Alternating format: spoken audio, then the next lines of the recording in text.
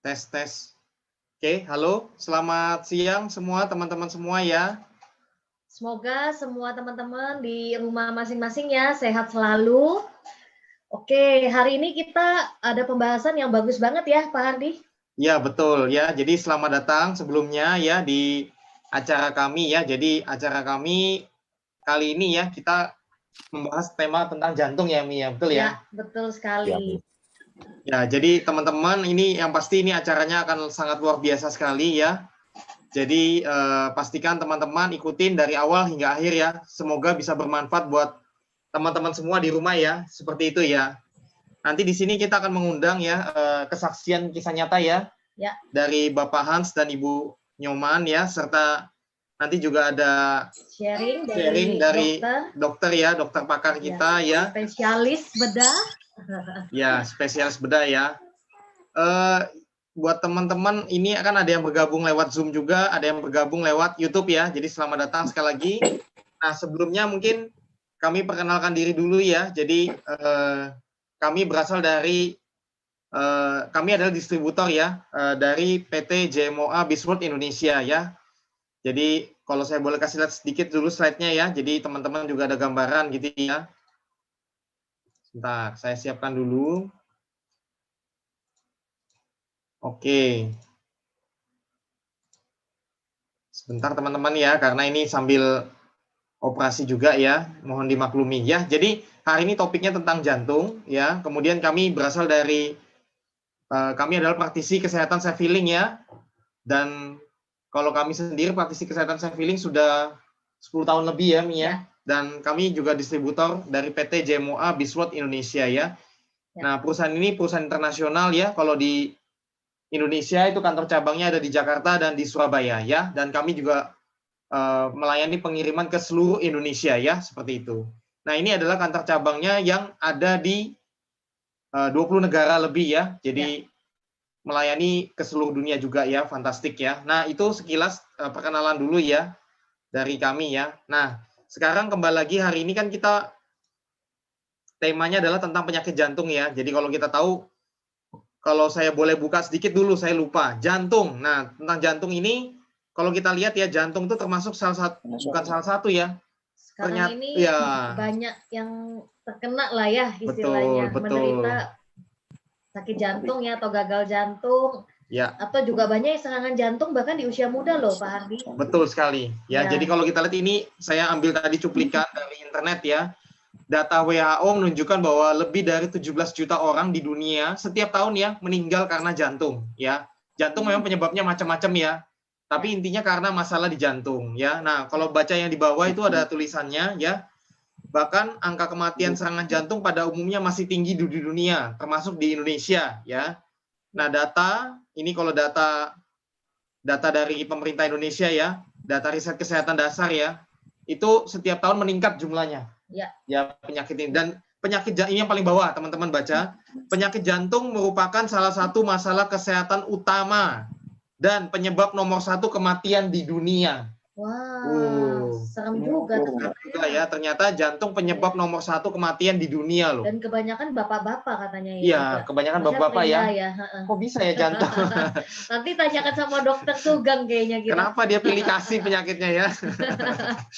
Oke, itu sekilas ya. Itu sekilas pembukaannya dulu. Jadi teman-teman juga tahu, dan kalau teman-teman tahu ya, statis jantung tadi banyak sekali. Kemudian kalau udah kena jantung itu biasanya biayanya mahal sekali loh, Mi. Iya, makanya dibilang kan memang kalau sakit pasti mahal, ya kan? Iya, betul. Sakit ya pasti mahal, tapi maksudnya penyakit ini termasuk penyakit mahal gitu loh ceritanya. Penyakitnya orang kaya ya? Enggak juga. Tapi yang kena semua berbagai kalangan. Iya, yang kena bisa banyak, tapi maksudnya biayanya itu besar sekali. Bahkan banyak yang sharing ya pengalaman ya, itu mereka biayanya itu tidak bisa di-cover. Contoh misalnya kalau asuransi belum tentu bisa meng-cover itu semua ya. Dan lain sebagainya itu belum tentu bisa tercover karena biayanya mahal banget. Berarti info hari ini sebenarnya bermanfaat banget ya, maksudnya untuk kita pencegahan juga. Betul. Tapi mungkin kalau punya teman, keluarga, mungkin bapak ibu ya kan, siapa tahu bisa terbantu ya dari sharing hari ini. Mungkin kalau kita mau tahu lebih lanjut itu lebih bagusnya mungkin ini ya, Ya, langsung kita undang aja kali ya. betul, betul. Iya. Nah, nanti jangan lupa teman-teman juga like ya, comment and share ya. Kalau teman-teman di sini ada yang pengalaman positif juga boleh berbagi ya, sharing positifnya ya. Nah, nanti cara cegahnya penyakit jantung, kalau bisa kan tadi yang di artikel tadi juga ngomong, kalau bisa tahu cara cegahnya, cara jaga kesehatannya ya, untuk menghindarinya juga itu lebih penting juga ya. Nah, kita mau undang ya narasumber kita siang ini ya. Ya. Beliau seorang spesialis bedah, ya. Kita undang langsung ya, Ya. Dokter Sugeng. Ya, Pak Dokter. Selamat siang. Halo, selamat siang. Segar sekali Pak Dokter. Janjian ya. Matikan warnanya. Warnanya mirip-mirip. Sering loh ya kita nggak janjian tapi kok sama ya.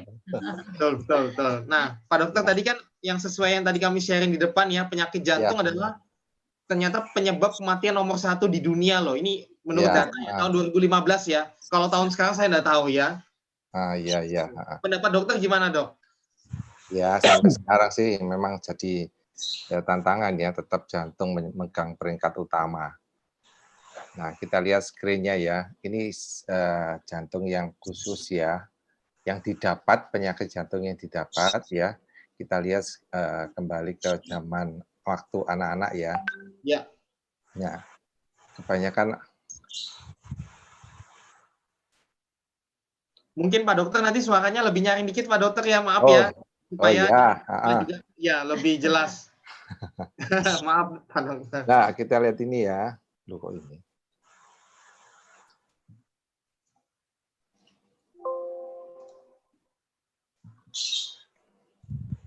Nah, kita lihat dulu ya. Ya. Oh ya, ada slide-nya ya. Jadi kita lebih ada gambaran juga ya. Sebentar dulu sambil disiapkan teman-teman ya. Memang ini informasi yang penting sekali ya. Sambil kita tunggu bersama-sama ya. Nah, ini udah mulai muncul ini. Kita lihat dulu ya. Ini penyakit jantung yang khusus ya, yang berkaitan dengan ya sakit ya tenggorokan ya. Kalau kerennya itu demam rematik akut ya. Jadi dia demam tapi miripnya seperti orang rematik. Nah, nanti next kemudian pada waktu dewasanya sudah terjadinya penyakit jantung rematik. Ya, kita lihat ya. Nah, demam rematik itu merupakan penyakit autoimun. Nah, kita kembali lagi ini, autoimun. Jadi radang akut dari tenggorokan karena Streptococcus ini suatu kuman khusus ya, Haemolyticus grup A. Insidennya 0,3 sampai 3% dari sakit tenggorokan pada anak-anak. Jadi jangan diabaikan ya, pada anak-anak seringkali tenggorokan terus dibiarkan gitu ya. Terus penyakit ini lebih tepatnya tidak digolongkan sebagai infeksi. Kenapa? Karena dia timbulnya setelah pasca infeksi tenggorokan, timbulnya 3 minggu kemudian. Kadang-kadang tanpa gejala. Seperti itu. Nah, kita lihat di sini ya, demam rematik ya, suatu penyakit sistemik ya, karena kuman beta Haemolyticus grup A. Jadi kita lihat patofisiologinya, organisme terus mengenai epitel faring ya, kerusakan lokal dari jaringan atau invasif. Terus 2 sampai 4 hari terus timbul demam, terus rasa nggak enak badan, pusing, nyeri tenggorokan. Beberapa persen kemudian mengalami masa penyembuhan infeksi tersebut beberapa minggu kemudian. Terus epidemiologinya, ini karena infeksi Streptococcus, terus sering pertama kali pada usia ini. Kita lihat usia anak-anak ya, 6 sampai 15 tahun ya. Jarang ditemukan pada anak-anak di bawah 5 tahun. Insiden tingginya di negara berkembang, diduga karena pengaruh sosial ekonomi, karena kepadatan lingkungan ya, tertular ya, droplet dekat sekali. Terus sulit dibedakan dengan penyakit radang sendi, artritis rheumatoid pada anak-anak. Tapi pada demam rematik ini terjadinya karditis, yaitu serangan pada jantung. Nah, kita lihat seperti ini ya. Anak-anak 5 sampai 15 tahun ya, terus terinfeksi, terus masa inkubasi, lalu radang tenggorokan. Terus juga primer ya, 97% sembuh. Terus 3%-nya mengalami reaksi, yaitu ada yang gejala jantung positif ya, sampai terjadi ini yang di kiri bawah ini gagal jantung ya dan lain sebagainya seperti ini. Terus kemudian yang serangan jantungnya negatif, ini ada gejala nyeri sendi, terus ada bercak-bercak di kulit ya. Kita lihat di sini juga slide-nya ya. Nah, 50% kasus disertai ada ini berdebar-debar, adanya bising jantung. Di suara jantungnya itu suaranya bising sekali. Jadi bukan dek dek dek dek gitu, tapi bus bus bus gitu seperti itu ya. Terus ke pembengkakan jantung dan lain sebagainya ini sampai 5 ya. Nah, 70% disertai oleh radang sendi. Radang sendinya bergantian karakteristik ya, pindah-pindah ya. Jadi harus diperhatikan untuk ibu-ibu yang punya anak seperti itu ya. Terus ada yang bercak di kulit, itu 10% kasus ya. Kita lihat nanti gambarnya ya, bisa dilihat. Terus ada nodul suputan, terus ada Korea Sydenham ya. Nah, ini bercaknya seperti ini kalau di kulit kita lihat ya. Orang-orang kira ini sakit kulit biasa ini. Tapi harus diperhatikan kalau ada gejala seperti ini, di kulitnya ada bercak-bercak, terus ada batuk pilek sebelumnya, terus ada radang sendi sebelumnya. Nah, itu harus diperhatikan. Ini salah satu gejala dari demam reumatik ya. Nah, kita kembali setelah dewasa. Nah, setelah dewasa maka terjadilah kelainan pada jantung ya, yaitu adanya reaksi autoimun antara kuman streptococcus dan antibodi tubuh. Akhirnya dia nyantol istilahnya ya, pada umumnya nyantol di mana? Di katup-katup jantung, mulai katup mitral, aorta, mitral, tricuspid dan lain sebagainya seperti ini. Kita lihat ya gambar jari jantung ya. Nah, ini katup tricuspid di sini, ada katup mitral ya. Terus ada katup aorta ya. Oh, ini pulmonal, terus aorta. Nah, untuk yang kasus seperti ini ada 2 yang kena. Jadi Pak Hans ini yang kena, baik katup mitralnya di sini, terus katup tricuspidnya juga kena. Seperti itu. Efeknya apa? Darah dari seluruh tubuh yang mestinya masuk jantung itu balik lagi.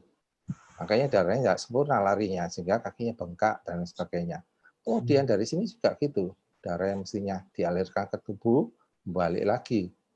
Balik lagi ke mana? Ke paru-paru, sehingga paru-parunya bengkak. Nah, pengelolaannya ya utamanya dari atasi gagal jantungnya, endokarditisnya juga, terus pengaturan aktivitas. Jadi obat-obat di sini juga berperan. Terus terapi pembedahan di sini juga masuk di sini. Tapi ya sebelum terjadinya gagal jantung seperti ini. Jadi kalau sudah diketahui seperti itu, pembedahan masuk. Ganti klep jantungnya diganti. Tapi kalau kasusnya sudah terlambat, jantungnya sudah bengkak sekali, nanti kita lihat ya dari slide-nya berikutnya. Pembedahan tidak bisa masuk. Kenapa? Karena jantungnya sudah tidak bisa memompa. Bayangkan, untuk pembiusan, tindakan operasi, itu kan tindakan rangsangan ya, sebagai beban ya. Jadi, akhirnya apa? Bisa juga, kalau sudah mengalami gagal, terus kita lakukan nekat, lakukan operasi, bisa meninggal di meja operasi. Seperti itu. Nah, untuk itu mungkin ya kita bisa mengundang Bapak Hans ya yang sudah mengalami sendiri. Pak Dokter Sugeng. Ya. Mungkin gini, saya sebagai orang awam ya. Ya, nggak apa-apa. Supaya teman-teman juga nanti ini slide-nya mungkin bisa di stop dulu ya Pak Dokter ya. Slide-nya ya biar ini teman-teman nanti bisa. Jadi gini Pak Dokter, maksudnya saya cuma merangkum aja ya dari Pak Dokter udah jelaskan. Jadi khusus hari ini tuh kita mau membahas penyakit jantung kan banyak ya, yang penyebab jantung itu macam-macam, ada jantung koroner, ada macam-macam lah ya. Nah, cuman hari ini mungkin Pak Dokter lebih pengen mengangkat kasusnya dari Bapak Hans ini, maksudnya kalau tadi saya ini ya, maaf kalau salah ya, tapi kalau saya tadi nangkap berarti kalau dari kecil ternyata banyak orang dari kecil itu infeksi kuman ya Pak Dokter ya, kuman streptococcus tenggorokan ya. Akhirnya ya. Terus sekian lama ya, ternyata itu bisa berdampaknya lama-lama ke jantung gitu ya. Iya. Gejalanya mungkin ada batuk tadi, ada pilek, ada ruam di kulit ya, ada radang sendi, radang tenggorokan. Kan itu banyak dialami anak-anak zaman sekarang ya Dok ya. Iya, itu sesuatu yang normal loh Dok, maksudnya wajar anak-anak gampang sakit misalnya. Tapi ternyata ada juga dari kasus itu ternyata bisa larinya ke jantung nanti pada akhirnya ya. Yang Ya. tadi itu kalau nggak salah kumannya itu nanti bisa masuk ke klepnya gitu nggak, Dok? Membuat masalah klepnya gitu nggak? Ya. Jadi timbul reaksi antara antigen antibodi ya, antigen dari kuman, terus antibodi dari tubuh, reaksi autoimun ya, sehingga itu reaksi tersebut lari ke organ, target organ. Target organ di sini apa? Yaitu jantung. Karena ada kesesuaian ya, ada kesesuaian antara antigen antibodi dari tubuh dengan jantung. Nah, kebanyakan apa yang kena di klepnya? Klep-klep jantung yang kena seperti itu akhirnya bocor. Jadi mestinya yang aliran, kalau di katup mitral ya, mestinya aliran darah yang bisa disalurkan ke seluruh tubuh itu ada yang nyantol. Jadi tidak semuanya disalurkan. Nah, itu tergantung kekuatan jantungnya. Jadi kalau dia masih bodinya fit, tubuhnya masih seger, jantungnya masih kuat ya, maksudnya jantung itu dapat aliran darah dan nutrisi yang bagus, masih kuat ya, sehingga dia bebannya itu masih bisa diatasi. Makanya gejalanya itu timbul next. Jadi nanti setelah usia 40 tahun ke atas baru dia akan timbul gejala. Karena apa? Usia 40 tahun ke atas kebanyakan fisik kita kan sudah mulai drop ya. Nah, fisik drop, jantung juga ikut pengaruh juga seperti itu. Ya. Jadi ini penting sih menurut saya, Mia. Kenapa? Karena saya, contoh lah, waktu kecil saya sering sekali batuk pilek gitu ya. Artinya bukan berarti pasti masalah jantung di kemudian hari. Tapi maksudnya kita harus jaga juga, tapi tetap, Dok, ya kan? Tetap harus jaga. Ya kan? Kalau punya anak juga harus dijaga berarti kan? Iya. Jadi harus diobati yang teratur. Jadi justru itu kalau kita sudah mengalami seperti itu ya, jangan 1-2 hari, oh tidak apa-apa, nanti berlanjutnya berlama, nanti setelah hari ketiga, keempat, kok biarkan, jangan, harus cari pertolongan pengobatan yang tepat. Sehingga kuman tersebut bisa diobati, sehingga termasuk yang 97% tadi, yang bisa sembuh sempurna. Seperti itu. Iya. Oh, jadi ada 3% bisa ke arah situ ya? Ya. Oke, berarti ya yang penting kita harus jaga tetap ya, jaga tetap ya. Oke, silakan, Dok. Tadi lanjutin lagi, Dok. Dok, minta suatu juga nyarinya, Dok, karena banyak. Nah, mungkin kita bisa mengundang ya, mungkin Pak Hans sendiri yang dia mengalami gimana prosesnya ya, usianya ya cukup ya dewasa lah ya, sehingga dia mengalami gejala gangguan jari jantungnya, klep jantung tersebut terutama ya, sehingga 5 tahun terakhir itu langganan dengan rumah sakit. Jadi kalau langganan rumah sakit lumayan uangnya. Ya, betul. Pasti. Mungkin kita bisa undang Pak Hans, mungkin bisa cerita gimana pengalaman dia yang langganan rumah sakit tersebut. Selamat siang, Pak Hans. Ya, sama Ibu Nyoman juga ya. Sama ada si kecil juga di situ kayaknya ya. Siang, Pak Ardi. Siang semua. Ya, terima kasih sebelumnya ya sudah bersedia ya meluangkan waktu untuk berbagi dengan teman-teman semua di rumah ya, baik di Zoom atau di YouTube ya. Harapan kami sih semoga bisa memberi harapan ya buat teman-teman yang mungkin lagi menderita tantangan kesehatan yang sama, juga memberi harapan juga ya bahwa selalu ada harapan ya, seperti itu. Terima kasih ya Bapak Hans dan Ibu Nyoman sebelumnya. Iya. Oke, kalau kita tanya-tanya dulu ya. Tanya-tanya dulu ya, ngobrol santai boleh. Ya, jadi Bapak Hans kan kalau saya tidak salah ya, yang saya pernah dengar ceritanya kan itu tahun berapa Pak Hans mulai mengalami tantangan kesehatan jantung itu? Mulai sakit-sakitnya itu tahun berapa? 2016. Itu umurnya Pak Hans waktu itu umur berapa sudah Pak? 2016 berarti saya 40.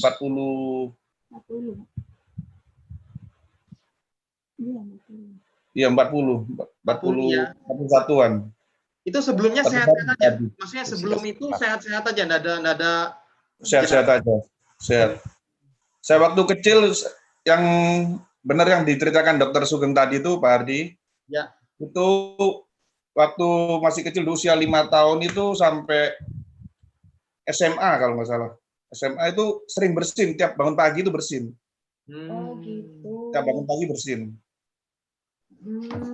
Tapi sampai buat olahraga gitu hilang, cuman gitu aja, nggak saya hiraukan, jadi saya anggap kayak flu biasa gitu aja. Ya, ya, ya, ya. Ternyata yang tadi sesuai Pak Dokter bilang ya, ternyata ada 3% itu ternyata bisa larinya ke jantung nanti ya. Ya. Ternyata bisa begitu ya. Kita juga baru tahu loh ternyata. Nah, kemudian tahun 2015 tadi ya, 16 ya mulai ada menderita 16 ya, mulai menderita sakit-sakit ya. Itu Ya. sakitnya seperti apa Pak Hans waktu itu? Kondisinya waktu itu? Sakit itu pertama saya tidak tahu kalau sakit jantung itu Pak. Saya kan pulang dari luar kota itu dari Banyuwangi. Ya. Itu tiap malam itu keluar keringat dingin. Kalau mau istirahat malam itu keluar keringat dingin. Padahal di daerah Banyuwangi itu hawanya kan dingin dekat gunung, daerah pegunungan itu di daerah Jajak itu dingin sekali hawanya. Tapi saya kok keluar keringat dingin terus perut itu kembung.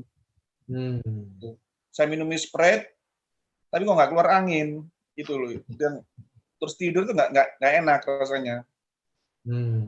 Terus napas itu pendek sekali gitu loh. Nggak saya rasakan waktu itu. Akhirnya waktu itu sempat drop gitu ya, baru ke rumah sakit atau gimana? Setelah saya sampai Surabaya, saya kan bawa mobil sendiri tuh Pak Ardi. Ya. Dari Banyuwangi ke Surabaya itu saya menurunkan barang-barang itu kan kerja marketing kan Pak Ardi. Ya. Jadi itu kan kok rasanya kok napas kok pendek. Nah, ya itu istri mulai curiga itu di situ.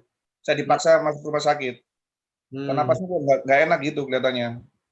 Jadi dipaksa langsung masuk ke mana UGD, terus difoto, langsung masuk ICU itu. Ternyata ada masalah di jantung ya, betul ya? Iya. Waktu itu jantungnya sudah bengkak atau belum atau gimana Pak Hans? Sudah bengkak gitu. Dan ternyata baru diketahui kalau katupnya itu yang tadi Pak Dokter bilang ya, kan kalau tidak salah kan ada gambarnya juga ya Pak Dokter ya, ada slide-nya ya Pak Dokter ya. Coba ya, dilihat Pak Dokter. Ya.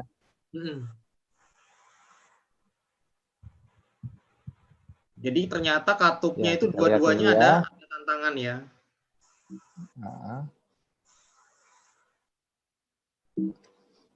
Dan fungsi jantungnya. Nah, ini waktu kondisi dia sehat ya. Ini waktu sehat ya. Oke. Waktu sehat. Nah, ini waktu sakit ini sudah. Waktu sakit ya kelihatannya.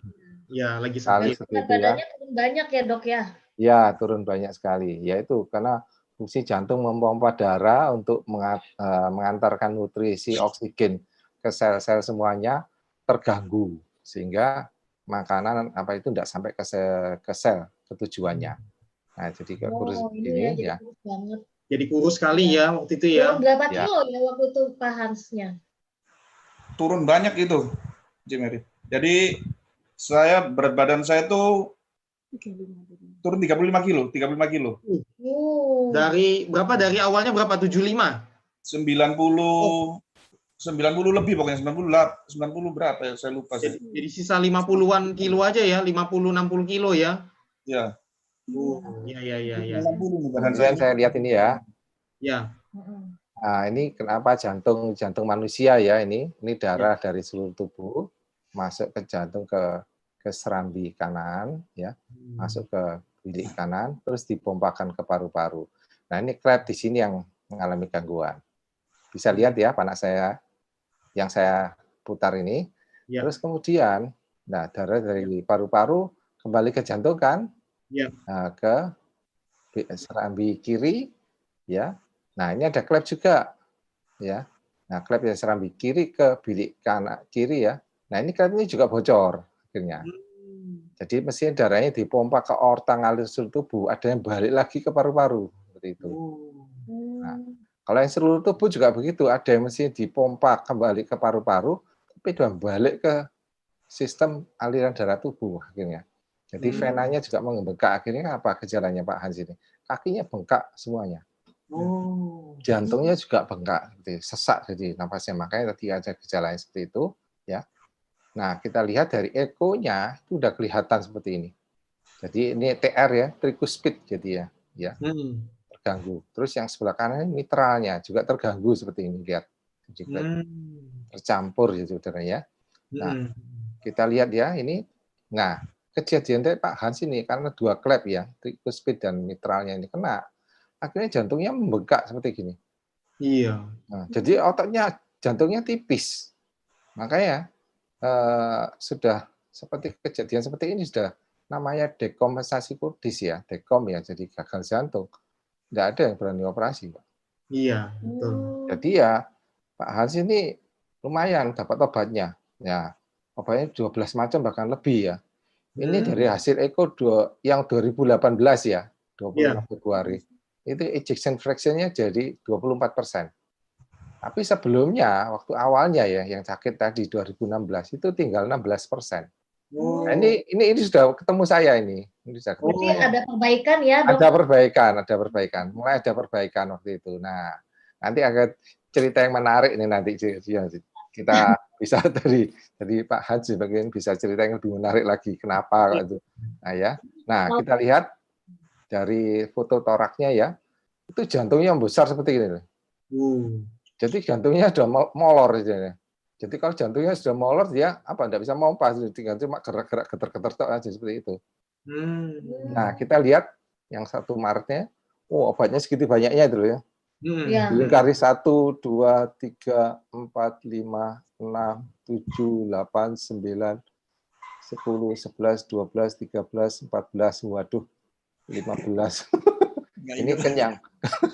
Kenyang dengan obat.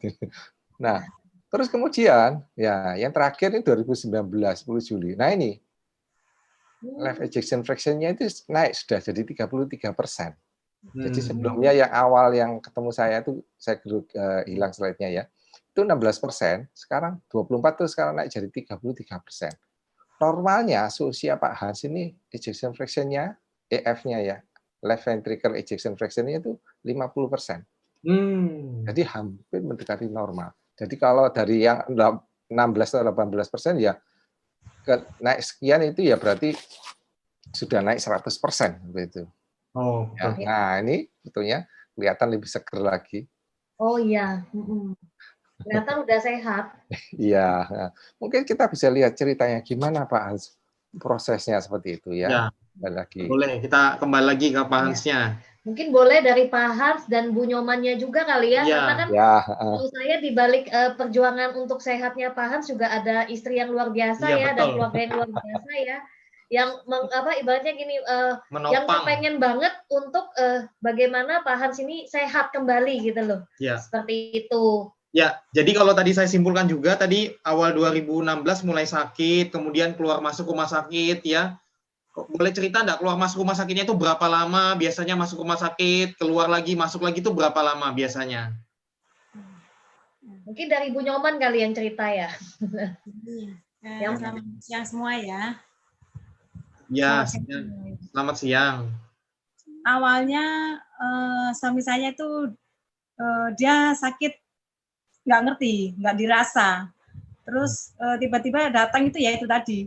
Dia keringat dingin terus keluar. Jadi dari tubuhnya tuh keluar keringat dingin terus dia kayak kembung-kembung kayak mau mual-mual gitu. Saya kan nggak tahu, jadi bingung. Takutnya kok perutnya membesar sekali. Nah, bayangan saya tuh liver. Nah, langsung saya bawa ke UGD. Tuh begitu sampai di UGD, dokter tuh sudah nggak ini lagi, langsung dimasukkan ICU. Ternyata jantung. Setelah diperiksa semua, malah livernya tuh nggak ada, malah kena jantung katanya. Masuk UGD, masuk ICU tuh 3 hari. 3 hari nguras air yang di dalam tubuhnya itu sampai sehari keluar itu 16 liter dari tubuhnya itu. Dikeluarkan terus dari lewat kencing, lewat apa ya itu tadi. Terus saya nggak tahu sampai hampir waktu itu suami saya di rumah sakit itu 1,5 bulan. Ya seperti itu terus. Jadi mengkhawatirkan saya. 1 bulan di rumah sakit, keluar 2 minggu, masuk lagi. Seperti itu sampai 2017 itu. Setahun setengah itu mas, seperti itu saya lalui. Akhirnya waktu itu saya karena sering tidak masuk kantor, sering izin nemeni di ICU jaga, saya sering izin kantor. Nah, terus habis itu datang teman saya, Bu Sandra itu, datang ke kantor tanya itu suami saya sakit. Akhirnya saya begitu waktu sempat suami saya keluar rumah sakit itu, saya diundang ke rumahnya. Tapi sebelumnya itu maaf, Ibu Nyoman mau tanya juga, itu waktu semenjak sakit itu sebelum ke situ ya, maksudnya kita pengen tahu lebih dalam sih kalau sakit jantung tuh, kan tadi selain tadi keluar masuk rumah sakit ya, sebulan di rumah sakit, terus keluar mungkin 3 minggu gitu ya, 2 minggu, 3 minggu masuk lagi gitu ya. Iya. Itu terjadi terus ya, berkali-kali ya. Iya. Nah, kemudian berkali-kali dan saya coba cari alternatif obat-obat di luar ya, obat ya, sharing-sharing teman itu saya cobai semua. Tapi belum terlalu ada hasil yang signifikan gitu, belum terlalu. Belum. Masih nah, tetap kemudian itu biayanya selama di rumah sakit itu besar nggak? Habis banyak atau gimana?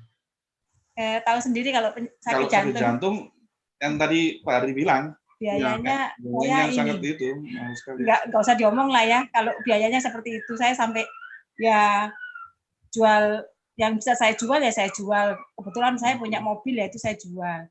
Mobil terakhir itu saya jual lagi mobil 1. Jadi 2 mobil saya jual karena asuransi nggak mengcover gitu loh, nggak cukup pasti ya, karena besarnya biayanya ya, betul ya. Berarti waktu itu cukup berat ya. Hampir 2,5 tahun itu.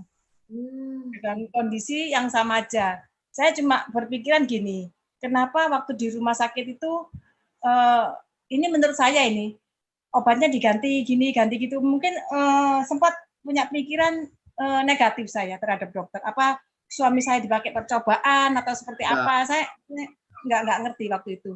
Kalau saya bilang sih nggak begitu ya, karena medis tetap sangat penting ya, betul ya dok ya? Ya, kalau menurut saya sih ya itu karena kasusnya berat ya. Berat, betul. Kita lihat jantung segitu gedenya ya. Jadi segitu gedenya. Jadi dia untuk memompa lagi jadi kecil kan butuh effort tenaga kan untuk memompa isi cairan. Bayangkan ototnya juga tipis seperti itu. Tipis tambah lemah tambah tipis. Apalagi dia kuat ya. Sama seperti kita tidak pernah berlatihan terus kita suruh ngangkat beban 200 kilo ya tidak mungkin ngangkat seperti itu. Nah makanya obat jantung banyak sekali dari yang murah sampai yang mahal ya. Dan juga istilahnya mereka punya kekhususan sendiri-sendiri. Makanya seperti itu. Dan untuk mencampurnya pun, mencampur antara obat satu dan lainnya itu kita harus melihat interaksi obatnya. Jadi tidak bisa kita melihat obat satu, wah sudah langsung campur dengan obat ini ya. Kalau efek baiknya yang muncul tidak apa-apa. Kalau efek sampingnya yang muncul, nah jadi lebih berat lagi. Makanya saya terus terang saat ini, mungkin saat itu juga ya, dokternya juga mumet melihat kondisinya. Betul, setuju saya. 1,5 bulan di rumah sakit, 2 minggu di rumah, balik lagi, langganan tetap jadinya seperti ini. Dokternya juga kepengen sehat juga ya. Iya, kepengen sehat, tapi mumet jadinya. Karena kasusnya berat, complicated lah ya, berat dan complicated. Pasti dokter berusaha maksimal juga dan itu tidak mudah memang sih menurut saya ya. Karena bermacam-macam faktor dan sebagainya itu memang tidak mudah lah. Ya bahkan karena kan tadi kita lihat penyakit yang berbahaya gitu ya, ibaratnya rawan sekali. Nah, berarti tadi kan akhirnya tadi Bu Nyoman ketemu sama teman kantornya atau gimana ya? Ya, Bu Sandra itu teman kantor saya. Jadi saya diundang ke rumahnya itu tadi, diperkenalkan Alpha Meta itu. Saya karena sungkan sama teman, jadi saya ambillah itu Alpha Meta. Saya beli cuma 1 botol waktu itu. Nah, bayangan saya kan sudah coba obat macam-macam nih, obat herbal, obat apa, semua saya cobai. Macam-macam itu saya cobai. Nah, saya ketemu Bu Sandra ini yang terakhir. Nah, terakhir itu saya disuruh nyoba lagi. Saya sempat nanya ini obat apa lagi, yang kayak gitu lagi aja, yang segitu banyaknya obat-obatan sudah nggak bisa nyembuhin suami saya, seperti itu. Terus, tapi saya beli, saya coba, saya ditanyai, sudah diminum kan? Sudah. Tapi minumnya itu cuma ya sehari, 3 hari nggak minum, 4 hari nggak minum, dia minum lagi sampai akhirnya nggak rutin itu. Waktu awal mulanya. Terus habis itu sempat saya coba, akhirnya ketemu, disarankan lagi ini bagus gini-gini, justru minum. Nah begitu saya waktu itu sudah memutuskan nyoba ini minum, terus waktu itu saya beli lagi 1 botol, diminum. Setelah habis 2 botol itu si suami saya kok terasa agak enak, gitu loh. Dan dibantu sama suaminya Bu Sandra itu pakai terapi Alphaspin, dia kok agak enakan. Habis itu saya beli waktu itu Alphaspin 1 sama Alphameta lagi. Nah, ya itu akhirnya diminum terus sehari 3 kali sampai dia sebulan tuh enakan. Habis enakan tuh 2 bulan 3 bulan dia akhirnya nggak minum lagi tuh obat dokternya, minum Alphameta terus itu. Sampai akhirnya bulan ke-6 dia masuk rumah sakit lagi. Rumah sakit lagi, saya nggak tahu karena apa, sesak lagi dia. Ternyata sudah masuk rumah sakit itu, saya telepon sama Bu Sandra, sama dibantu sama suaminya, Dr. Sugeng itu tadi.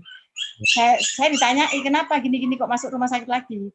Dia ngomong, saya kan nggak ngerti waktu itu kan saya kerja, yang tahu kan dia sendiri. Ternyata obat-obat dokter itu dari rumah sakit nggak dia minum, gitu loh. Nah, di stop semua. Gitu ya? Saking percaya sama Alphameta, dia minum itu obat dokternya nggak diminum gitu, jadi masuk rumah sakit lagi. Soalnya beriringan. Akhirnya saya konsultasi sama Dokter Sugeng. Waktu itu masih seminggu di rumah sakit itu. Sudah kayaknya parah lagi. Begitu dia, berarti harus berdampingan ya, harus diminum sama Alphameta sama Alphaspin itu harus berdampingan gitu loh. Jadi akhirnya waktu itu saya putuskan, karena saya percaya Alphameta sama Alphaspin sudah oke, saya tanda tangan mau minta pulang, tanda tangan pernyataan kan belum boleh pulang, harus 2 minggu lagi di rumah sakit karena suami saya dianggap masih parah gitu. Tapi waktu meninggalkan rumah sakit itu saya tanda tangan surat pernyataan bahwa itu kemauan dari keluarga. Jadi akhirnya kami memaksa pulang, sampai di rumah yaitu akhirnya saya koordinasi sama Dokter Sugeng supaya diminum obat dokternya sama Alphameta sama Alphaspin itu berdampingan. Jadi sampai sekarang ini sudah sembuh. Oke. Jadi ya ini juga harus kita jelaskan ke teman-teman ya. Jadi gini, ini banyak salah paham kadang-kadang ya. Jadi kadang-kadang sudah minum Alphameta agak enak, ada dampak bagus ya, enakan, obat dokter langsung stop, nggak boleh loh teman-teman. Ingat ya, nggak boleh. Itu kita keliru. Jadi kenapa? Karena setiap ini kan kalau ingat ya, Alphameta dan Alphaspin itu bukan pengganti obat dokter ya. Tapi ini adalah konsep pola hidup sehat ya, dan meningkatkan penyembuhan alami tubuh. Nah, tapi butuh proses, butuh waktu ya, betul ya, Mia? Dan pasti kalau saya sih selalu setuju ini, obat medis itu berdampingan dengan yang tadi Bu Nyoman bilang, berdampingan dengan Alphameta, Alphaspin itu akan bagus sekali. Jadi sambil pola hidup sehat, penyembuhan alaminya jalan, sambil ditopang dengan pengobatan medis. Ya, nanti kalau mau stop obat dokter, itu harus dari dokternya itu yang mengontrol terus. Karena nanti misalnya contoh nih. Iya, betul berarti. Sampai sekarang suami saya dari belasan obat itu sudah tinggal 2 macam. Itu dari dokternya. Dari 16 obat ya, 16 obat tinggal 2 macam ya, obat-obat. 2 itu juga nggak bisa berkurang lagi, ya memang 2 itu. Ya, itu untuk menjaga terus ya, karena tetap perlu ya. Jadi tetap sangat penting, medis sangat penting sekali ya. Nah, nanti yang menyetop obat siapa? Adalah dokter yang mengontrol. Pada saat beliau melihat tubuh semakin bagus, maka dosisnya dikurangi gitu ya. Jadi harus tetap medisnya harus tetap dilakukan dengan semestinya, seperti itu ya. Iya. Intinya itu berarti selain obat, nutrisi itu penting ya, dua-duanya harus berjalan seiringan ya. Ya, tapi kalau tadi berarti kan Ibu Nyoman tadi ada Alphameta ya. Nah, Alphameta itu kan boleh nggak Dokter Sugeng bantu untuk mungkin logikanya gimana sih Dok, ceritanya kok bisa membantu penyakit dari ini Dok, Pak Hans ini? Saya mau share screen saya dulu ya. Boleh. Ya. Nah, kita lihat ya. Apa isi kandungan dari Alphameta? Dia mengandung polisakarida peptida. Tapi yang alfa ya, dia memperbaiki apa? Metabolisme. Jadi memperbaiki enzim dari metabolisme sehingga bio-ATP, yaitu energi yang ada di tubuh, dinaikkan. Karena enzim juga terjadi apa? Metabolisme regulasi. Terjadi detoksifikasi dari sel, regenerasi sel, berarti memperbaiki sel, repair ya, terus membuat sel itu lebih mudah, terus kemudian proteksi sel. Terus kita lihat lagi ya.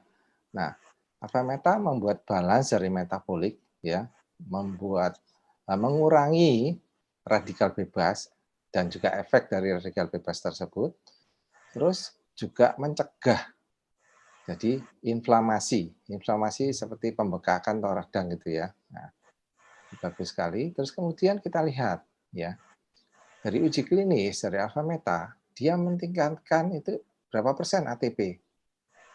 54%. Jadi sumber energi di tubuh itu dengan alpha meta dinaikkan di mitokondrianya.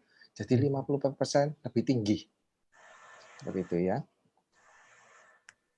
Sehingga makanya sel-sel tubuh kalau sudah mendapat alpha meta seperti metabolismenya meningkat. Jadi ya 54% dilihat seperti ini. Nah, kemudian penggunaannya bagaimana? Berapa banyak yang dimakan? Ya, kalau orang normal ya ada gangguan seperti Pak Hans itu seharusnya 3 kali sehari 1 sendok ya. Terus 3 bulan pertama. Nah, nanti berikutnya bisa diatur ulang ya. Bisa 2 kali untuk maintenance-nya ya. Jadi terus kemudian kita lihat juga apa pengaruh dari alpha spin dari penelitian ya. Ini banyak nama-nama yang aneh-aneh ini ya. Olga, Valery, Vladimir. Nah, ini sepertinya orang-orang Rusia ya. Ya.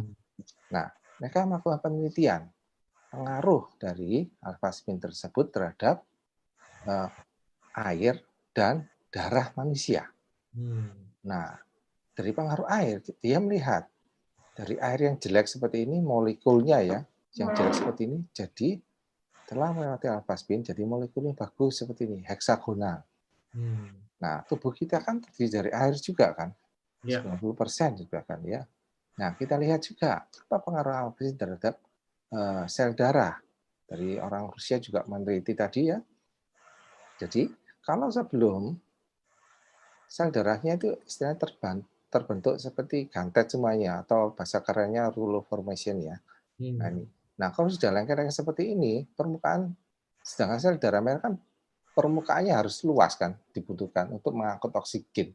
Tapi kalau udah lengket seperti ini, nah permukaannya tidak ada sehingga akhirnya apa? Oksigen yang diangkut rendah juga. Makanya kekuatan dari otot jantungnya pulih ya, karena aliran darah ke situ lancar, energinya naik 54% lebih, terus kemudian oksigennya juga banyak yang terangkut ke situ, sehingga kerja dari otot jantungnya kembali ke normal. Ya, aliran darahnya jadi lancar seperti ini. Mungkin itu yang bisa menjelaskan kenapa yang Pak Hans ini mengalami gagal jantung, ya, gagal jantung, yang jantungnya besar sekali seperti itu ya, paru-paru di fototoraksnya, kembali lagi kekuatan jantungnya kembali pulih lagi.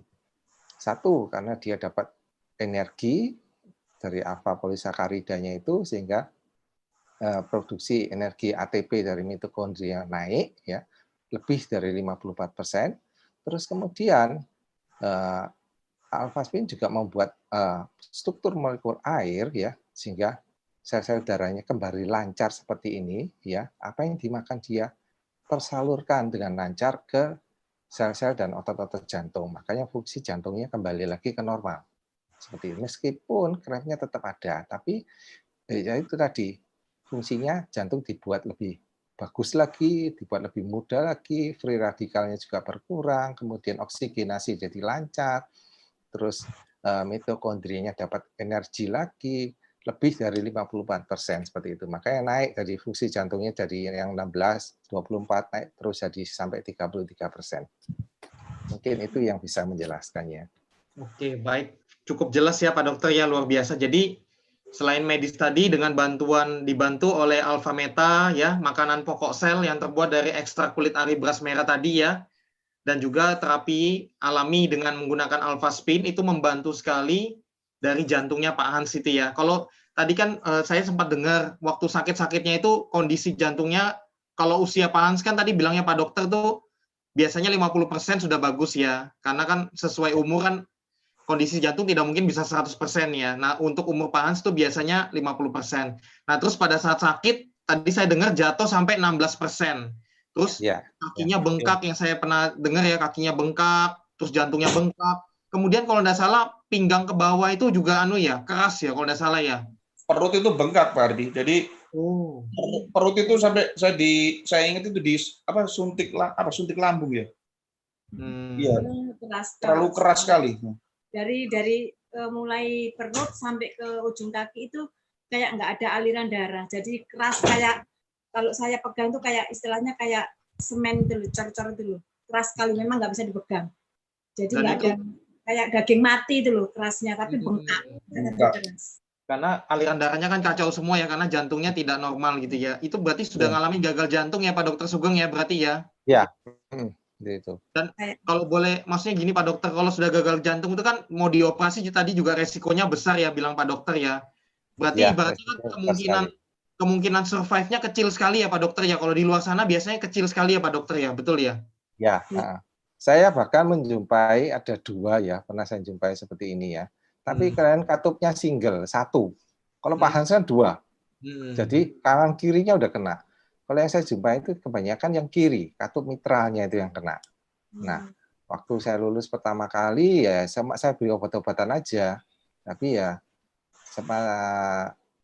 dengan perkembangan usia, bertambahnya usia, ya terjun bebas juga seperti itu. Ya, terus yang terakhir saya jumpai juga begitu. Orang ini kok kurus, nggak gemuk-gemuk, kok sering sakit. Saya dengerin dari rongga dadanya, loh kok rame ya jadi suaranya. Jadi saya sarankan, ya sudah kamu ke dokter jantung aja ya, supaya kamu dapat pengobatan yang bagus. Ya itu, langganan rumah sakit juga. Nah, jadi dia juga tidak mendapat tambahan dari Alfaspin, Alfameta itu.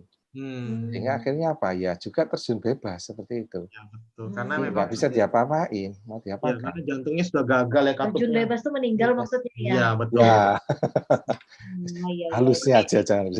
Berarti Pak Hans waktu itu kan 16%, kemudian terus masuk rumah sakit ya. Itu pasti juga dampak ke keluarga ya. Iya. Kayak Ibu Nyoman, pekerjaannya pasti sering izin dari kantor. Kemudian saya dengar juga si kecil juga bantu jaga papa ya waktu itu ya. Benar. Iya. Ya, dari TK dia jaga. Mulai TK. TK kecil itu. Luar biasa ya. Si kecil tadi. Yang besar satunya sekolah, yang 2 sekolah tinggal dia. Kalau mami kan sudah nggak bisa, jadi yang jaga cuma Michelle itu. Wow, fantastik ya Michelle yang tadi itu ya, yang saya sempat lihat ya. Jadi TK loh bisa jagain bapaknya, hebat. Makanya penting banget jaga kesehatan ya, karena impact-nya ke keluarga juga semua ya. Nah, kemudian sejak tahun 2018 kan terakhir masuk rumah sakit itu kan yang memutuskan stop obat sendiri, akhirnya lanjut lagi obat dan Alfameta, Alfaspin. Ya. Sejak itu, sejak dari tapi sebentar dulu, itu, waktu kondisi drop itu apakah Pak Hans kerjanya gimana? Diforsir lagi atau gimana waktu itu? Sudah enggak aktivitas, sudah enggak ada aktivitasnya. Oke, berarti setelah itu kan mulai betul-betul, kalau saya rasa setelah itu konsumsi rutin betul-betul ya, Alfameta, kemudian pakai Alfaspinnya dipakainya gimana Pak Hans? Waktu itu digantung aja, jadi Alfaspin digantung pakai tali sepatu gitu. Berarti kayak ini saya gitu ya, saya juga sering pakai ini, saya kalau lagi di depan komputer kerja seharian saya pasti kalungin ini. Yang melindungi kita ya dari radiasi dan ya melindungi dari radiasi dan untuk menjaga kesehatan kita juga ya. Nah berarti Pak Hans pakai ini terus. Kemudian minum Alfametanya 3 kali sehari ya. Sekali ya, sehari 3 kali. Sambil dipantau terus ya, tetap kontrol rutin ke medis. Dan itu jantungnya dari 16% tadi naik jadi berapa? 24% ya dokter ya tadi ya? 24, terus ya, 24, terus kemudian naik jadi 33 terakhir. Oh, berarti dari 16 ke 33 memang 100% loh naiknya loh, betul loh. Ya. Ya. Dan akhirnya Pak Hans, staminanya gimana? Maksudnya perbedaannya sebelumnya waktu sakit gimana? Naik tangga atau gimana? Setelahnya gimana? Oh tidak mampu, saya ke rumahnya Dokter Sugeng itu yang tangga rendah gitu aja, gemetar kaki Pak Ardi. Tidak mungkin mampu. Jongkok aja tidak mungkin mampu. Terus sekarang gimana Pak Hans kondisinya Bapak sekarang? Kalau sekarang nggak ada masalah, naik tangga. Sudah bagus ya, fisiknya bagus sudah berarti ya? Berarti kan sejak tahun 2018, 19, 20 sudah tidak masuk rumah sakit lagi dong berarti? Berarti mulai 2 tahun 3 tahun ini? Iya. Sudah enggak. Rumah sakitnya dong. Ya. Vaksinnya udah tutup. Berarti sudah dari tahun 2019 ya, 2019 berarti ya? 19 awal itu sudah. 19 awal itu sudah mulai sehat sekali. Kemudian sampai sekarang berarti sudah 1,5 tahun berjalan, itu kondisinya Fit, tetap bagus, ya. tetap sehat, syukur ya. Dan obatnya yang dari 16 macam, akhirnya kontrol dokter, terus dikurangi, dan akhirnya sekarang tinggal 2 obatnya ya, betul ya? Wow. Bagus ya. Dan itu sebenarnya suatu miracle menurut saya, Pak Dokter Sugeng. Kenapa? Karena yang tadi saya juga kan cari tahu kan, kasus ini kan itu kemungkinannya itu kecil sekali gitu loh. Kalaupun apalagi 2 katupnya tadi ya. Kalau tadi Pak Dokter berarti ini miracle juga ya Pak Dokter ya. Iya, betul. Sebenarnya jadinya lebih tadi dokter yang ini dia 3 dokter itu lihat dia antar saya waktu saya ke rumah sakit itu kaget gitu loh. Lihat dia. Dikira mungkin nggak ke rumah sakit, mungkin dikira dia mungkin sudah terjun gitu. Oh alah, kaget kamu sehat banget gitu ya. Saya dia jalan, dia sampai noleh suami saya itu sampai nggak balik-balik, kaget gitu loh. Di rumah sakit swasta Surabaya itu. Sudah dibilang dia kan sudah dokternya nggak ada harapan suami saya. Iya memang. Berarti bersyukur dong Bu Nyoman. Bersyukur dong sekarang sudah lebih sehat. Sakit yang keberapanya itu sudah waktu ini dipulangkan sama dokternya itu. Iya. Alasan katanya waktu itu hari raya nggak ada dokter jaga katanya. Ya karena memang kasusnya udah ini juga ya, sudah berat waktu itu ya. Wajar sih, kita bisa ngerti juga ya. Memang kasusnya berat juga ya. Dan terus kalau saya boleh tahu, ini jadinya sejak minum Alpha Meta ini berarti banyak menghemat biaya yang sebelumnya bolak-balik rumah sakit dong berarti ya Bu Nyoman? Iya. Iya. Sangat menghemat berarti ya. Karena kan pasti banyak orang kepikiran gini loh, maksudnya udah keluar biaya rumah sakit kan cukup besar ya, yang tadi dibilang sampai semua limit segala macam, terus tambah nutrisi yang bagus itu kan juga pasti ada investasi yang dikeluarin ya. Tapi justru investasi Alpha Meta Alpha Spin ini justru menghemat pengobatan yang selama ini, jadi mempercepat pemulihan sehingga jadi lebih hemat lah ya. Seperti itu ya, betul nggak? Iya. Yang betul lagi kualitas hidupnya baik. Yang penting lagi. Nah. Jadi istilahnya bisa beraktivitas normal ya, bagus seperti itu ya. Terus obat yang digunakan juga tidak terlalu banyak, jadi cuma sedikit sekali. Bahkan obat yang mungkin yang saya dengar terakhir itu yang generik aja ya. Nah, terus kemudian, juga tidak menyiksa keluarga. Keluarga tidak keluar masuk rumah sakit, apalagi saat ini, masuk rumah sakit itu suatu horor ya, karena corona. Jadi Betul. Membahayakan. Betul. Ini coba saya baca juga ada teman-teman yang komentar. Untuk yang bertanya, mohon maaf ya karena kali ini kita bukan sesi tanya jawab ya. Buat teman-teman yang bertanya nanti bisa tanya kepada kenalan Anda yang membagikan link ini ya, lebih detailnya ya. Tapi karena waktu nggak mungkin cukup ya, karena kita bukan sesi tanya jawab kali ini. Nanti ada sesinya sendiri ya untuk tanya jawab. Nah ini saya bacakan ada beberapa sharing juga dari teman-teman ya. Ini Ibu Meta ya. Betul, Alpha Meta tidak menggantikan fungsi obat, tapi membantu perbaikan. Papa saya sehabis bypass, mulai konsumsi rutin Alpha Meta, dan mulai terjadi perbaikan. Obat papa saya juga sudah dikurangi oleh dokternya. Wow, luar biasa, bagus ya. Membantu pemulihan alami ya, selain dari tadi medis ya. Kemudian, berarti ada kesempatan untuk pemulihan gitu loh ya. Ya, pemulihan alaminya jalan juga ya, sambil dibantu oleh medis. Nah, memang ini dari Pak Gunawan, memang luar biasa Alpha Meta ini ya. Oke, terima kasih Pak Gunawan. Nah, kemudian mungkin gini, kita tetap ingatin kembali ya buat teman-teman yang lagi sekarang ini mungkin lagi kondisi tantangan di jantung juga, tetap harus konsultasi ke dokter jantung ya. Dokter Sugeng ya, betul nggak? Ya, betul. Jadi jangan langsung ambil kesimpulan dari acara ini, karena kembali ke kondisi masing-masing. Karena hari ini lebih di-sharingkan adalah salah satu pola hidupnya. Pola hidup. Tapi kalau obat-obatannya tetap kembali ke dokter jantungnya lagi ya. Ya, karena dokter yang menangani Bapak Ibu adalah yang paling mengerti, memahami ya. Karena yang betul-betul mengikuti dari awal atau melihat pemeriksaannya secara detail ya. Jadi harus tetap kontrol selalu ke dokter teman-teman sendiri ya. Karena kalau yang saya tangkap adalah pemulihannya memang butuh nutrisi yang tepat. Makanya salah satunya alfaspin alfameta ini adalah dari segi nutrisi. Betul nggak Dokter Sugeng? Ya, betul. Jadi dengan alfameta alfaspin ini kualitas hidup pasien itu yang semuanya membaik. Baik semuanya. Jadi kalau kita obat sudah maksimal ya. Nah, alfameta meningkatkan energinya yang tadi yang ada yang meneliti sampai lebih dari 54%. Terus kemudian alfaspin menyebabkan struktur dari molekul air yang ada di tubuh kita jadi yang bagus, sehingga sel-sel darah juga seperti itu bagus sekali alirannya sehingga bisa mengangkut oksigen lebih lancar ke target organ, salah satunya jantung ya. Jadi pasti dengan kedua itu ya jelas kondisi fisik itu jelas lebih baik. Jelas lebih baik. Sekarang saya sudah sering ngamati ya, ada satu lagi pasien saya yang gagal jantung ya, karena dia hipertensi lama, terus datang ke saya karena patah tulang rusuk ya. Saya tidak berani operasi, soalnya yang bius juga mikir-mikir mau bius orang itu. Sekali bius tidak bisa bangun. Daripada seperti itu, akhirnya saya konservatif saja, jadi saya tidak melakukan operasi ya. Nah, selama nunggu itu saya cobakan alfaspin juga. Terasa seperti itu, akhirnya pasiennya rasanya, kok enak dok.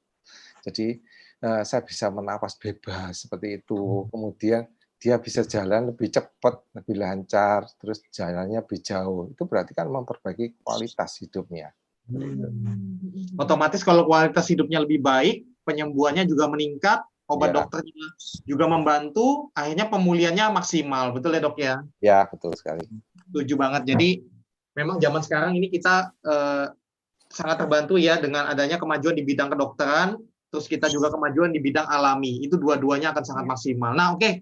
Terakhir mungkin ya karena waktu ya, mungkin terakhir ada pesan-pesan dari mungkin Pak Hans atau Ibu Nyoman, boleh nggak berbagi mungkin entah tips, entah apapun lah yang bisa bermanfaat buat teman-teman di rumah atau dari mungkin pengen menggugah buat teman-teman gimana mungkin yang hari ini mungkin juga lagi sakit jantung dan sebagainya. Boleh berbagi sedikit? Ya itu tadi, kalau pengalaman saya dari awalnya yang melihat suami saya sudah nggak ada harapan, saya coba-coba obat semua sudah saya cobai, apapun saya coba itu waktu itu dengan harapan di luar obat medis dokter di rumah sakit, siapa tahu bisa menyembuhkan. Nah itu saya cuma ketemunya terakhir itu alfameta sama alfaspin, dikenalkan sama teman saya Bu Sandra itu. Nah akhirnya saya coba ya, sampai sekarang suami saya sudah jangan sampai masuk rumah sakit lagi, sudah sembuh total ya. Sampai ini pipinya sudah kembung lagi. Jadi sudah normal, sudah seperti waktu sebelum dia sakit. Awalnya kan nggak seperti ini dia. Jadi ya ini bagi saya ya miracle banget. Terima kasih sama Bu Sandra, Dokter Sugeng yang memperkenalkan saya alfaspin sama alfameta itu. Kalau mungkin saya nggak Bu Sandra nggak ya istilahnya nggak memperkenalkan saya alfameta itu mungkin lah ya jalannya seperti itu. Yes. Terima kasih sekali saya sama Bu Sandra sama Dokter Sugeng. Itu aja Pak Ardi. Ya, makasih Bu Nyoman. Kalau atas sharingnya ya. Kalau Pak Hans ada pesan-pesan mungkin Pak Hans? Jadi jangan pernah mencoba-coba gitu Pak Ardi. Jadi kalau sakit lebih baik yaitu tadi itu berdampingan baik medis maupun sama yang nutrisi itu tadi alfameta tadi. Jadi jangan seperti saya, cukup saya aja yang ngalami kayak gitu. Tapi harus berdampingan. Ya, karena terlalu pede. Ya itu terlalu pede, merasa kuat ya itu sudah. Jadi medis semua obat medis saya lepas semua. Akhirnya masuk lagi itu. Jadi harus berdampingan. Itu pesan saya. Jadi jangan pernah mencoba-coba. Ya, betul. Terima kasih Pak Hans pengalamannya. Terima kasih juga Ibu Nyoman. Ya, semoga bermanfaat. Ya. Oke, kembali ke pasti bermanfaat. Ibaratnya membantu orang lain kesaksiannya ini. Oke, kembali ke Pak Dokter Sugeng. Ada pesan-pesan penutup Pak Dokter buat teman-teman di rumah. Untuk kasusnya klep jantung bocor ya, sebelum terjadi dekom ya, sebelum terjadi dekom atau gagal jantung ya, sebaiknya kita memberikan makanan atau aliran darah yang ke jantung kita perbaiki, ya. Sehingga cukup dengan nutrisi dengan alfaspin itu juga bisa membantu. Tapi kalau sudah mengalami gagal jantung, ya jantungnya sudah tidak bisa berfungsi seperti itu, ya. Nah, itu harus butuh kombinasi. Jadi periksalah sekarang ke dokter. Jadi kalau misalnya masih usia muda ya, 15 tahun, 20 tahun ya. Banyak itu saya juga sering jumpai ibu-ibu muda yang mau nikah diperiksa, terus kemudian saya dengar suara jantungnya rame sekali ya, jadi bising ya. Nah, itu masih ada harapan ya, masih ada harapan ibu bisa kembali normal lagi, bisa hamil, punya anak seperti itu. Karena saya ada kasus satu lagi ya, orang tuanya kena diabetes ya, sudah saya tangani membaik ya, sehingga kakinya bengkak itu aliran darah juga lancar. Terus anaknya nunut ya istilahnya, periksa ke saya, terus saya dengar, oh katanya dokter enggak boleh hamil. Usia berapa? Masih 20 tahun lebih. Coba sih saya dengerin jantungnya. Ada bising jantung. Oh berarti ini klepnya bocor seperti ini. Cobalah dengan Alfametal Alfaspin ya. Karena setiap keluarga yang terbentuk pasti kepingin mempunyai anak ya. Nah, jadi tidak salah seperti itu. Jadi saya gunakan itu, akhirnya dia pakai terus rasanya gimana? Kamu rasa makan Alfametal aja? Enak, badan saya seger jadinya. Nah, jadi ya boleh hamil lagi, maksudnya boleh hamil ya, bukan hamil lagi ya, boleh mempunyai anak, tapi dengan konsumsi yang teratur, kontrol teratur ke dokter kandungan dan lain-lainnya, jadi membaik. Ya, pesan saya seperti itu. Jadi sebelum terjadi cegahlah dengan apa yang bagus. Ya, kalau saya prinsipnya seperti itu. Kita cegah dulu sebelum kita sakit dengan nutrisi apapun yang bagus ya, sebelum obat. Nah, kalau sudah menghadapi tantangan, baru kombinasi seperti itu. Meskipun saya dokter, saya juga minum obat juga belenger loh ya. Ini boleh untuk orang sehat juga kan, dan untuk pencegahan juga berarti ya dok ya? Ya, seperti itu ya. Ya. Termasuk kami berdua satu keluarga juga minum selalu Alfameta. Tadi Pak Hans juga kondisi sudah bagus ya. Saya dengar beliau juga untuk menjaga tubuhnya ya. Beliau tetap konsumsi Alfameta 1 hari minimal sekali atau 2 kali ya. Nah, oke, terima kasih buat Pak Dr. Sugeng, buat Bapak Hans dan Ibu Nyoman juga ya atas informasi yang sangat berharga ini. Nah, buat teman-teman di rumah mungkin nanti ada yang bertanya. Jadi kalau saya yang gimana sarannya gitu ya. Nah, kalau kami cuma menyarankan ya. Jadi kalau kan kita juga boleh coba Alfameta, boleh nggak Pak saya coba 1 botol karena dana terbatas ya, boleh, kita pasti boleh ya, karena itu kembali ke teman-teman. Tapi kalau kita sih menyarankan ya, kalau bisa rutin konsumsi Alfameta, apalagi kalau yang sakit ya, untuk awal itu minimal 90 hari pertama, itu minimal ya, 90 hari pertama itu minumnya 1 hari 3 kali minum. Dulu. Ya, selama 90 hari non-stop, jangan di stop-stop ya. Walaupun 1 bulan sudah enak gitu ya, kayak Pak Hans Kalamin, jangan stop sembarangan ya, karena apalagi stop obat medisnya jangan ya, itu udah pasti tidak boleh. Nah, karena tubuh kita ini butuh proses waktu ya Mia, betul ya, untuk pemulihan ya. Nah, kalau kita sih sarankan minimal 90 hari pertama itu 3 kali sehari. Selanjutnya kalau sudah bagus, sudah dikontrol dokter bagus banget, untuk menjaga 1 hari sekali 2 kali sudah bagus. Nah, kemudian jadi, kalau mau dapatin itu gimana nanti Pak Hardi? Nanti ya teman-teman bisa tanya ke pengundang yang membagikan link ini ya, ke teman Anda, kenalan, saudara, keluarga yang membagikan link video ini kepada Anda. Ya, mereka nanti tahu caranya untuk mendapatkannya lewat yang resmi ya, yaitu PT JMOA Biswot Indonesia. Nah, kemudian kalau saran kami sih, kalau teman-teman bisa perjuangin dana, kalau bisa ada Alfaspinnya minimal 5 piece ya, itu karena membentuk medan kuantum namanya. Sambil minum Alfameta rutin ya. Nah, tapi kalau dana mungkin kadang-kadang kita ngerti juga ya, teman-teman lagi dananya lagi ngepres betul ya, karena apalagi kondisi COVID ya gitu ya, atau sudah sakit, sudah habis banyak gitu.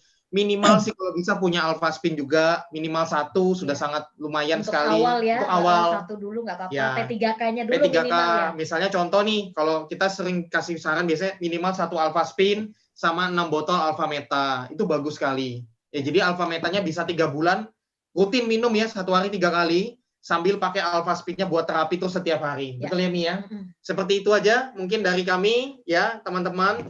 Mohon maaf ya kalau ada salah-salah kata ya. Ya, yang penting niatnya kami untuk berbagi yang positif seperti itu. Oke, akhir kata Terima kasih buat teman-teman semua. Terima kasih juga kembali buat Ibu Nyoman, Bapak Hans, dan Pak Dr. Sugeng juga. Ya. Nantikan kami di acara berikutnya ya. Nanti kami akan ada sesi-sesi lain yang dengan topik-topik yang lain juga. Oke. Sampai jumpa ya semuanya.